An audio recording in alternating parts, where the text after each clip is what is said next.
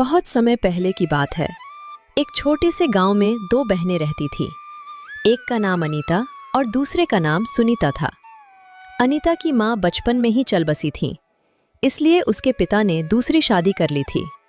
सौतेली माँ अनीता को बिल्कुल प्यार नहीं करती थी, हर वक्त उसे डांटते रहती थी। कहाँ मर गई थी तू? कब से बोल रही हूँ कि आटा पिसाला और तू अभी तक जंगल में है। क्या बस दिन भर घूमने के लिए पैदा हुई है? माँ, मैं पानी भरने गई थी और फिर सूखी लकड़ी भी ले आई। मुझे बहाने मत सुना। जब देखो तब रोनी सूरत लेकर खड़ी रहती है। न घर का काम ढंग से करती है, न खेत का। अब जल्दी जाकर गेहूं पिसवा ला।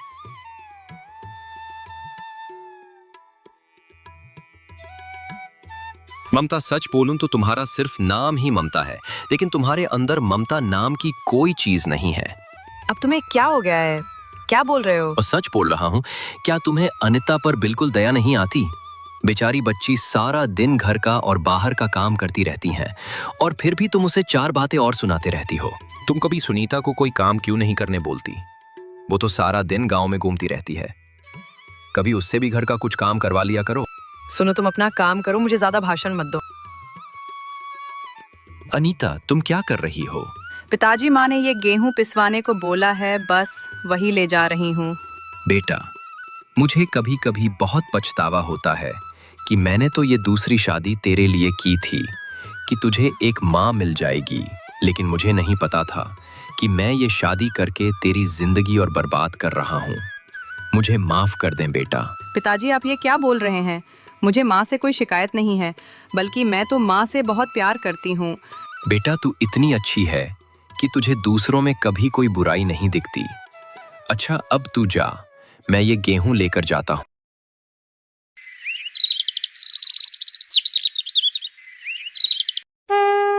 सुबह होते ही अनीता सबसे पहले मंदिर जाती और घर वापस आकर घर का सारा काम करती, और दोनों माँ बेटी सारा दिन गांव में घूमती रहती थी।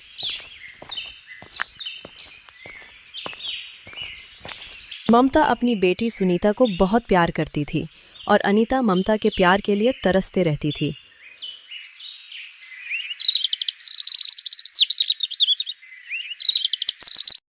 कुछ महीनों बाद ममता ने दोनों बेटियों की शादी कर दी। ममता ने अनीता की शादी एक गरीब किसान से किया और अपनी बेटी की शादी गांव के अमीर साहूकार के बेटे से कर दी। अनीता का पति बहुत ही मेहनती किसान था। वो सारा दिन बहुत मेहनत करता, तब जाकर रात के खाने के लिए कुछ सामान लापता था। सुनो जी, मैं सोच रही हूँ कि सिर्फ खेती से हमारा गुजारा करना बहुत मुश्किल है।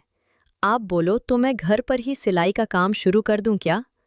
मुझे सिलाई बहुत अच्छे से आती है।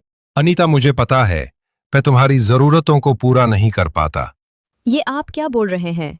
मुझे किसी चीज़ की ज़रूरत है ही नहीं। वो तो मैं सारा दिन घर बैठे रहती हूँ, इसलिए सोचा कि कुछ कम कर लूँ। 2 पैसे भी घर में आ जाएंगे। ठीक है अनीता, तुम्हें जैसा ठीक लगे।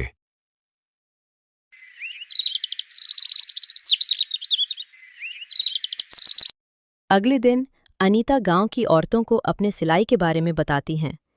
तभी उसकी बहन सुनीता वहां आ जाती हैं और उसका मजाक बनाते हुए बोलती हैं, मैंने सुना है कि तुमने नया काम शुरू किया है। अब तुम लोगों के घर जाकर उनके कपड़े मांगोगी और सिलाई करोगी। चलो अच्छा है, खाने के लिए तुम लोगों के पास कुछ पैसे तो आ जाएंगे। वैसे मेरी ये साड़ी देखो, पूरे 2000 की है। कल ही मेरे पति ने दिलवाया है। वैसे तुम लोगों ने कभी 2000 रुपये देखे हैं? अनीता अपनी बहन की बात चुपचाप सुनती हैं और कुछ नहीं बोलती हैं।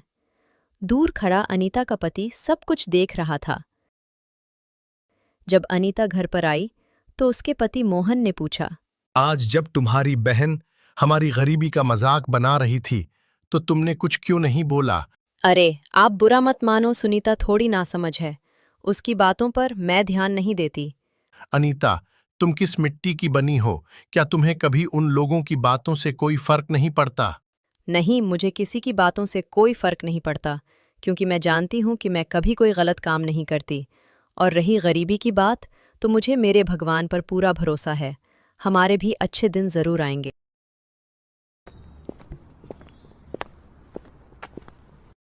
अनीता बहुत लगन और मेहनत से अपना काम करने लगी।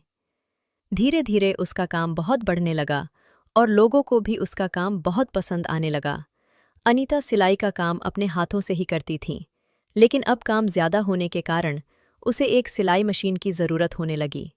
एक दिन उसने अपने पति से बोला, सुनिए, मुझे अब एक सिलाई मशीन लेनी होगी। आपको तो पता ही है कि मेरे पास अब बहुत ज़्यादा सिलाई के कपड़े आने लगे हैं और हाथों से सिलाई करने में ज़्यादा समय लगता है।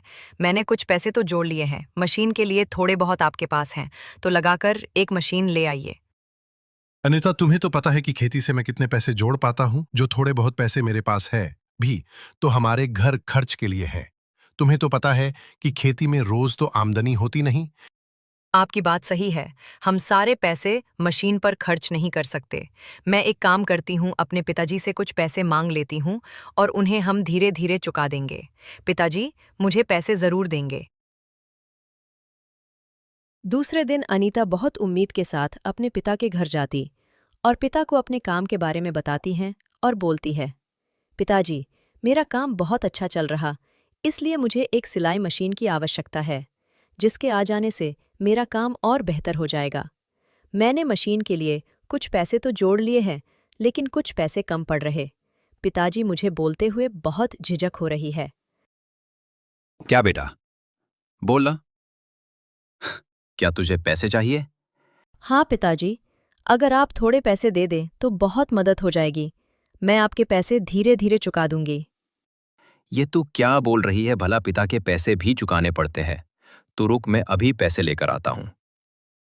अनीता के पिता पैसे लेने के लिए अंदर जाते हैं।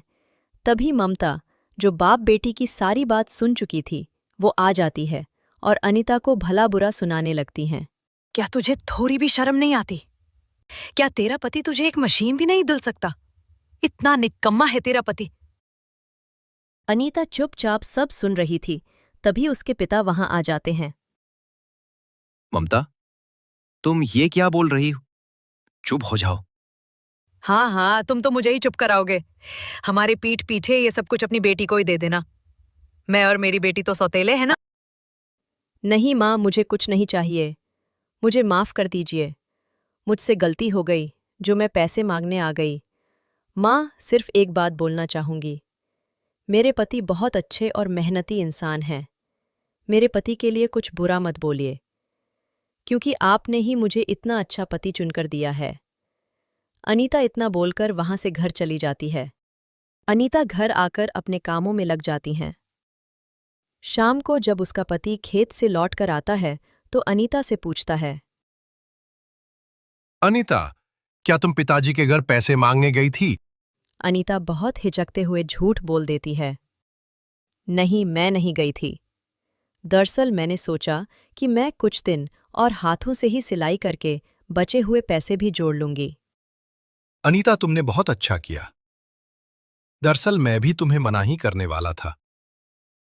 कुछ दिनों के बाद मेरे भी फसल तैयार हो जाएंगे तो उन्हें बेचकर भी कुछ पैसे मिल जाएंगे, तब हम तुम्हारी सिलाई मशीन ले लेंगे। अब दोनों पति पत्नी अपने अपने कामों में जी जान से मेहनत करने लग जाते हैं।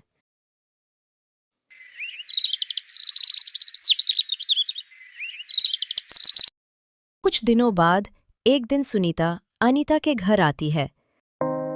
अनीता, अनीता, कहाँ हो तुम? अनीता सुनीता की आवाज सुनकर जल्दी से बाहर आती है। अरे सुनीता, तुम यहाँ? तुम्हें यहाँ देखकर बहुत खुशी हुई। आओ बहन, अंदर आओ। मैं कोई तुम्हारे घर बैठने नहीं आई हूँ। दरअसल पिताजी ने मेरे नौकर से खबर भिजवाया है, माँ की तबीयत बहुत खराब है, इसलिए हम दोनों को घर बुलाया है। क्या माँ की तबीयत खराब है? हाँ, और मैं घर ही जा रही हूँ। तुम्हें भी चलना है तो साथ चल।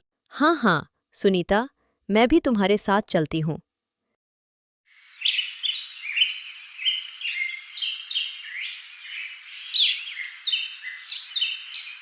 घर पहुंचते ही दोनों बहनों ने पिता पर सवालों की बौछार कर दी। पिताजी, क्या हुआ है माँ को? बताइए पिताजी, क्या हुआ है माँ को? आपने हमें पहले क्यों नहीं बताया? बेटा, डॉक्टर ने बताया कि तुम्हारी माँ की दोनों किडनियां फेल हो गई है। ये आप क्या बोल रहे हैं पिताजी? हाँ बेटा। तो पिताजी, इसका क्या इलाज है? डॉक्टर ने कुछ तो बताया होगा ना? बेटा, उन्होंने बोला है कि हमें जल्द से जल्द उसकी किडनी बदलवानी होगी। मैंने डॉक्टर से बोला कि आप मेरी एक किडनी ले लो, लेकिन उन्होंने मना कर दिया कि मेरी इस उम्र में ऑपरेशन सही नहीं। तो फिर पिताजी अब क्या करेंगे? सुनीता, डॉक्टर ने बोला है कि तुम ममता की अपनी बेटी हो, तो तुम्हारी किडनी उससे मैच करेगी। बेटा, क्या तुम दोगी अपनी माँ को किडनी? पिता की ये बात सुनकर सुनीता गुस्सा हो जाती है। पिताजी, ये आप क्या बोल रहे हैं?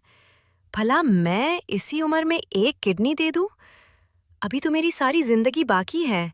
अगर मुझे कुछ हो गया तो... नहीं पिताजी, आप कहीं और पता कीजिए। इतना बोलकर सुनीता घर से चली जाती हैं।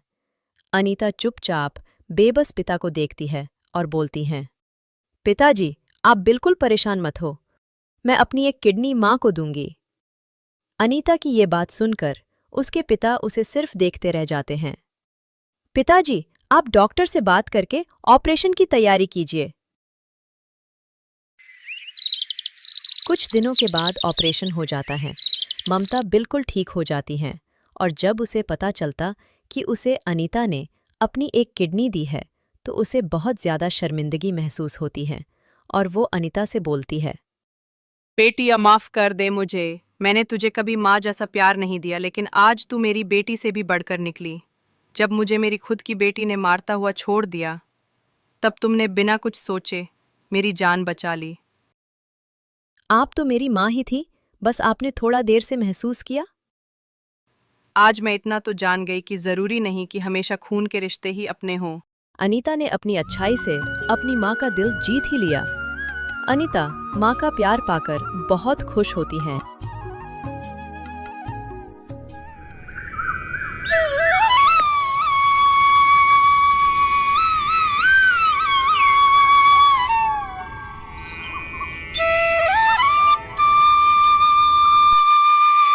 बसंतपुर गांव में सुरेश नाम का एक गरीब किसान अपनी पत्नी रूपा और 2 बच्चों के साथ रहता था।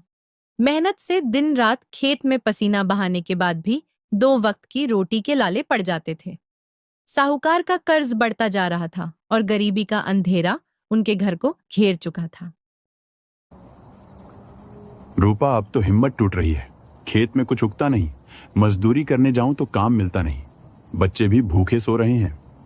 घबराओ मत, भगवान ने हमें हाथ पैर दिए हैं, हम मेहनत से कुछ ना कुछ तो कर ही सकते हैं। लेकिन क्या करें, कोई रास्ता ही नहीं दिखता। कल मैं गांव में जाकर देखती हूँ, शायद कोई काम मिले।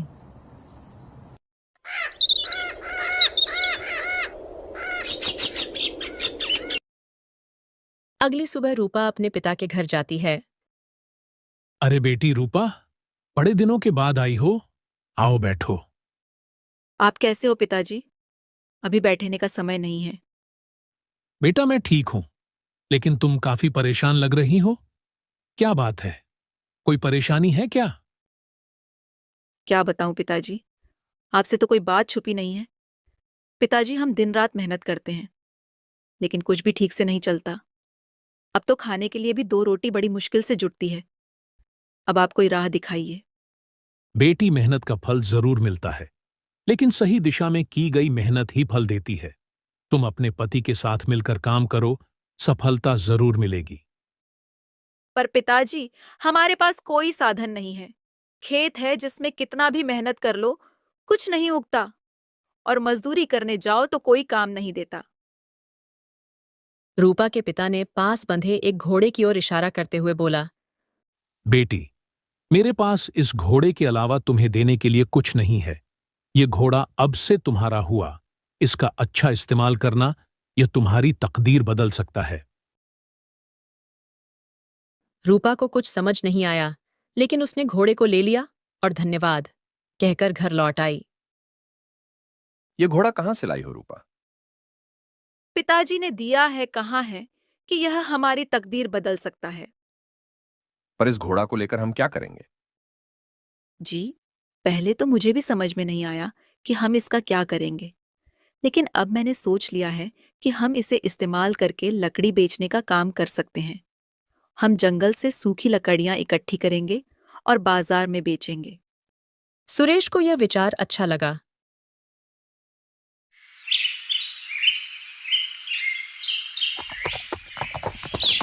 अगले ही दिन वे जंगल गए, सूखी लकड़ियां इकट्ठी की और घोड़े पर रखकर बाजार पहुंचे। लकड़ियां ले लो, सूखी लकड़ियां ले लो। अच्छे दामों में सारी लकड़ियां बिक गईं। रूपा और सुरेश की मेहनत रंग लाने लगी थी। घोड़े की मदद से उनका लकड़ी बेचने का कारोबार अच्छा चलने लगा था। अब उनके घर में रोज चूल्हा जलने लगा था। बच्चों के पेट भरने लगे थे और धीरे धीरे वे कर्ज भी चुकाने की स्थिति में आ रहे थे। लेकिन गांव का लालची साहूकार यह सब देखकर जल भुन गया। वह सोच रहा था कि अगर सुरेश जल्दी कर्ज चुका देगा तो ब्याज से मिलने वाला उसका फायदा खत्म हो जाएगा। वह नहीं चाहता था कि कोई गरीब इस तरह उसकी पकड़ से बाहर निकले। ये सुरेश दिन पर दिन अमीर होता जा रहा है। अगर ऐसे ही चलता रहा तो जल्द ही पूरा कर्ज चुका देगा। ये हमारे धंधे के लिए अच्छा नहीं है। मालिक, हम क्या करें? हमें कुछ ऐसा करना होगा जिससे इसकी कमाई बंद हो जाए और यह फिर से मेरे कर्ज में फंस जाए। मालिक, पर हम कर क्या सकते हैं? वह तो रोज जंगल से लकड़ी लाकर बेचता है। उसकी कमाई का सबसे बड़ा सहारा क्या है? वो उसका घोड़ा। बिल्कुल, अगर उसका घोड़ा ही ना रहे तो वह लकड़ी बेच ही नहीं पाएगा और उसका काम ठप हो जाएगा। तो क्या आप कह रहे हैं कि हमें उसका घोड़ा चुराना होगा? बिल्कुल, और यह काम रात के अंधेरे में होगा जब सुरेश गहरी नींद में होंगे। दोनों नौकरों ने सहमति में सिर हिला दिया। साहूकार ने उन्हें घोड़े को चुराने का सही समय और तरीका समझाया और उन्हें अपना काम पूरा करने के लिए भेज दिया। रात के समय दोनों नौकर धीरे धीरे सुरेश के आंगन में घुसे। घोड़ा पास के एक पेड़ से बंधा हुआ था और शांत खड़ा था। सुन, घोड़े को चुपचाप खोलना, कहीं ये आवाज करके रूपेश और उसकी पत्नी को जगा ना दे। हाँ हाँ, लेकिन अगर घोड़ा हिलने डुलने लगा तो? मैं इसके मुंह पर कपड़ा बांध देता हूं ताकि ये कोई आवाज ना करे। दूसरे नौकर ने हिम्मत करके रस्सी खोली और पहले नौकर ने घोड़े के मुंह पर कपड़ा बांधने की कोशिश की, मगर बांध न पाया। इतने में रूपा की नींद खुल गई और उसे कुछ आहट सुनाई दी। सुरेश उठो, मुझे कुछ अजीब आवाज आ रही है। क्या हुआ रूपा? इतनी रात को कौन आएगा? रूपा और सुरेश दोनों जल्दी से घर के बाहर जाकर देखा कि दो लोग उनके आंगन में हैं और घोड़े को ले जा रहे हैं। दोनों नौकरों को रूपा और सुरेश के जागने की आहट पता चल गई। फिर वे लोग घोड़े को छोड़कर दौड़कर भाग गए। हमें इन चोरों की शिकायत मुखिया जी से करनी चाहिए। हाँ, तुम ठीक कहती हो रूपा, मगर तुम्हें क्या लगता है यह दोनों चोर कौन हो सकते हैं?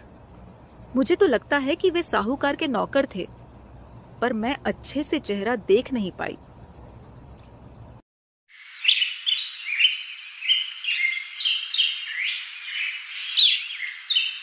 सुबह होते ही दोनों पति पत्नी मुखिया के पास जाते हैं और दोनों चोरों के बारे में बताते हैं। मुखिया साहूकार का अच्छा दोस्त होता है, इसलिए वह साहूकार के प्रति कोई एक्शन नहीं लेता और सुरेश से कहता है, सुरेश, जब तक तुम्हारे पास कोई ठोस सबूत ना हो तब तक मैं साहूकार को कुछ नहीं कह सकता।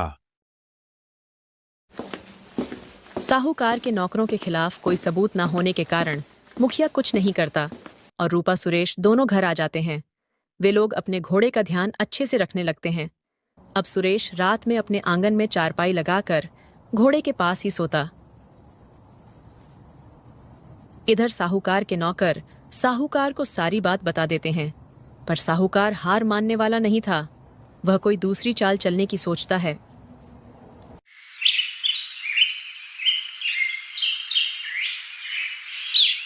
रूपा, मैं बाजार जा रहा हूं। शाम तक लौट कर आऊंगा। यदि मेरी सारी लकड़ियां बिक गईं तो आज ही साहूकार के पैसे चुका दूंगा। भगवान आपकी इच्छा को पूरी करें, पर जरा सावधान रहना, क्योंकि हमारे घोड़े के ऊपर किसी की बुरी नजर है। लकड़ियां बेचकर घर जल्दी आना। मैं खाना बनाकर आपका इंतजार करूंगी। ठीक है रूपा, मैं ध्यान रखूंगा। सुरेश ने घोड़े के ऊपर लकड़ी रखकर बाजार की ओर रवाना हो गया। कुछ देर बाद वह बाजार में पहुंचकर एक तरफ खड़ा हो गया और ग्राहकों को आवाज लगाने लगा। लकड़ियां ले लो, सूखी लकड़ियां ले लो। लकड़ियां ले लो, सूखी लकड़ियां ले लो। बाजार में साहूकार खड़ा था। उसकी नजर सुरेश के ऊपर पड़ी। इस फटीचर को आसानी से ठगा जा सकता है। वैसे भी यह शक्ल से ही जन्मजात मूर्ख लगता है।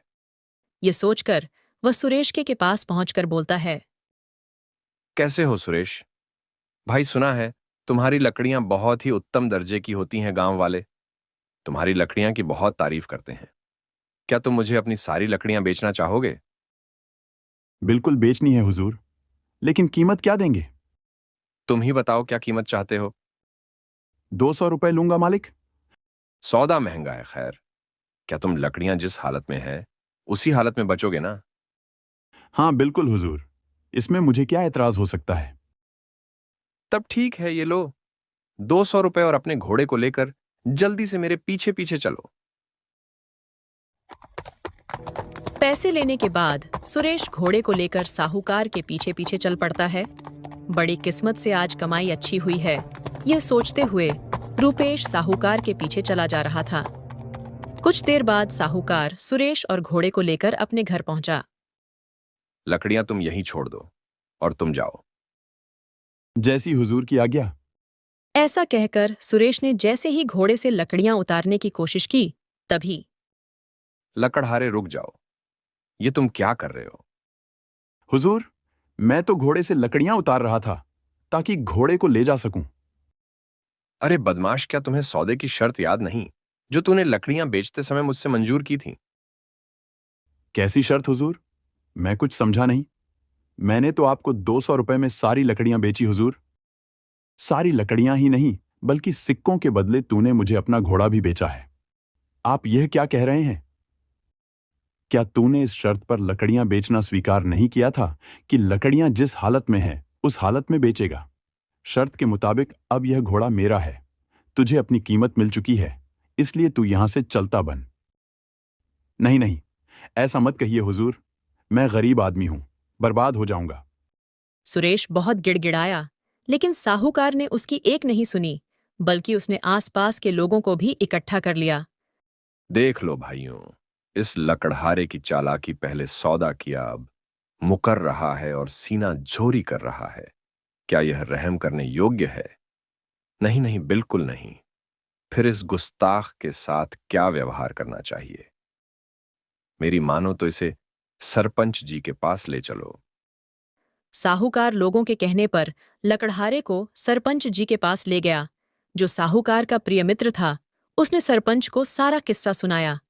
सारी बात सुनकर सरपंच जी ने अपने मित्र के पक्ष में ही फैसला सुनाया।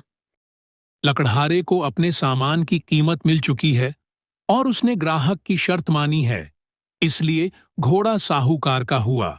सुरेश, अब घोड़े पर तुम्हारा कोई हक नहीं। सुरेश सरपंच से भी बहुत मिन्नतें करता है, पर सरपंच भी उसकी एक बात नहीं सुनते।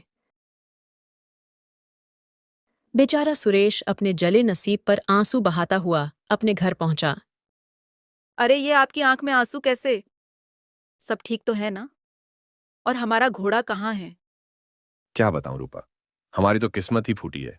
वैसे ही मेरे पास धन के रूप में कुछ नहीं था और आज हमारा घोड़ा भी हाथ से निकल गया। ये आप क्या बोल रहे हैं? सुरेश ने सारी बातें रूपाली को सुनाई। सारी बातें सुनकर रूपा ने अपने पति सुरेश की हिम्मत बढ़ाते हुए कहा, आप जरा भी चिंता मत करो, सब ठीक हो जाएगा। भगवान के घर देर है पर अंधेर नहीं।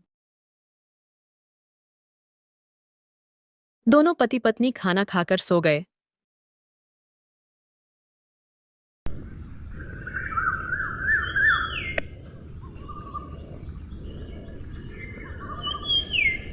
अगली सुबह दुख के कारण सुरेश चारपाई से उठ न सका।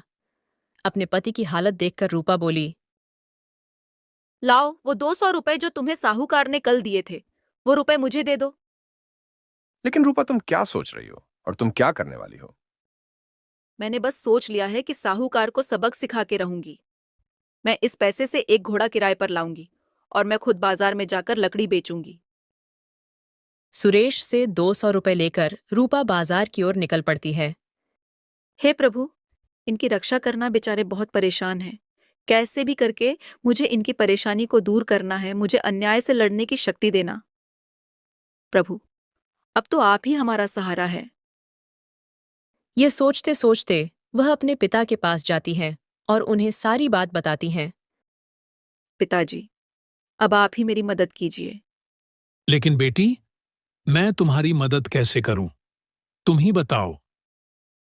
पिताजी, मुझे सबसे पहले एक घोड़ा चाहिए और एक आदमी, क्योंकि अगर मैं बाजार में लकड़ियां बेचने जाऊंगी तो वो साहूकार मुझे पहचान लेगा और मेरे जाल में नहीं फंसेगा। बेटी, घोड़ा तो मैं तुम्हें दिलवा दूंगा, लेकिन किस इंसान को तुम्हारे साथ भेजूं? क्योंकि इस गांव के लगभग सभी लोगों को साहूकार पहचानता है। और तभी रूपा का चचेरा भाई मोहन आ जाता है। राम राम काका। अरे रूपा दीदी, तुम भी यही हो? अच्छा हुआ तुमसे भी मुलाकात हो गई। रूपा और उसके पिता दोनों एक ही बात सोचते हैं कि मोहन को बाजार लेकर जाया जाए। अरे क्या हुआ आप लोग? इतने परेशान क्यों हो? मुझे देख खुश नहीं हुए क्या? अरे नहीं मोहन, ऐसी बात नहीं है, बल्कि तुमने तो हमारी मुश्किल हल कर दी। शायद हमारी मदद के लिए ही भगवान ने तुम्हें यहाँ भेजा। दीदी, तुम ये सब क्या बोल रही हो? मतलब मैं कुछ समझा नहीं। रूपा मोहन को साहूकार के बारे में सारी बात बताती हैं। दीदी, मुझे वह बेईमान साहूकार मिल गया तो मैं उसे छठी का दूध याद दिला दूंगा। बस तुम बताओ, तुम्हारी क्या योजना है? रूपा अपनी योजना मोहन को बताती हैं और दोनों भाई बहन घोड़े पर लकड़ियां लेकर बाजार पहुंचते हैं। बाजार पहुंचकर मोहन जोर जोर से आवाज लगाने लगता है। लकड़ियां ले लो, सूखी लकड़ियां ले लो, सस्ती में लकड़ियां ले लो। और रूपा दूर खड़ी देख रही थी। उस रोज भी वह साहूकार किसी को ठगने के विचार में बाजार आया था। उसने लकड़ियां बेच रहे मोहन की ओर देखा। वाह, भगवान ने आज फिर से मेरे लिए एक शिकार भेज दिया। कल मुझे एक घोड़ा मिला था और आज भी मुझे फिर से घोड़ा मिल जाएगा। यह सब सोचकर साहूकार मोहन के पास पहुंचा। क्या कीमत है तुम्हारी लकड़ियों की? 150 रुपए मालिक। महंगा सौदा है, क्या दाम कुछ कम नहीं करोगे? वैसे इस गांव के तो नहीं लगते हो। हाँ मालिक, मैं दूसरे गांव का हूं और सौदा 4 सिक्के भी आपको महंगा नहीं पड़ेगा हुजूर। मेरी लकड़ियां बिल्कुल सूखी और बहुत ही अच्छी हैं। मंजूर है तो बोलिए। यह इंसान तो बहुत चालाक लग रहा है। खैर, कोई बात नहीं, इसकी जल्द अक्ल समझ में आ जाएगी। क्या सोच रहे हैं हुजूर? जल्दी बताइए, नहीं तो फिर मैं दूसरे ग्राहक को आवाज दूंगा। ठीक है, मुझे मंजूर है, मगर लकड़ियां जिस हालत में है उसी हालत में तुम्हें बेचनी होगी। क्या तुम्हें मंजूर है?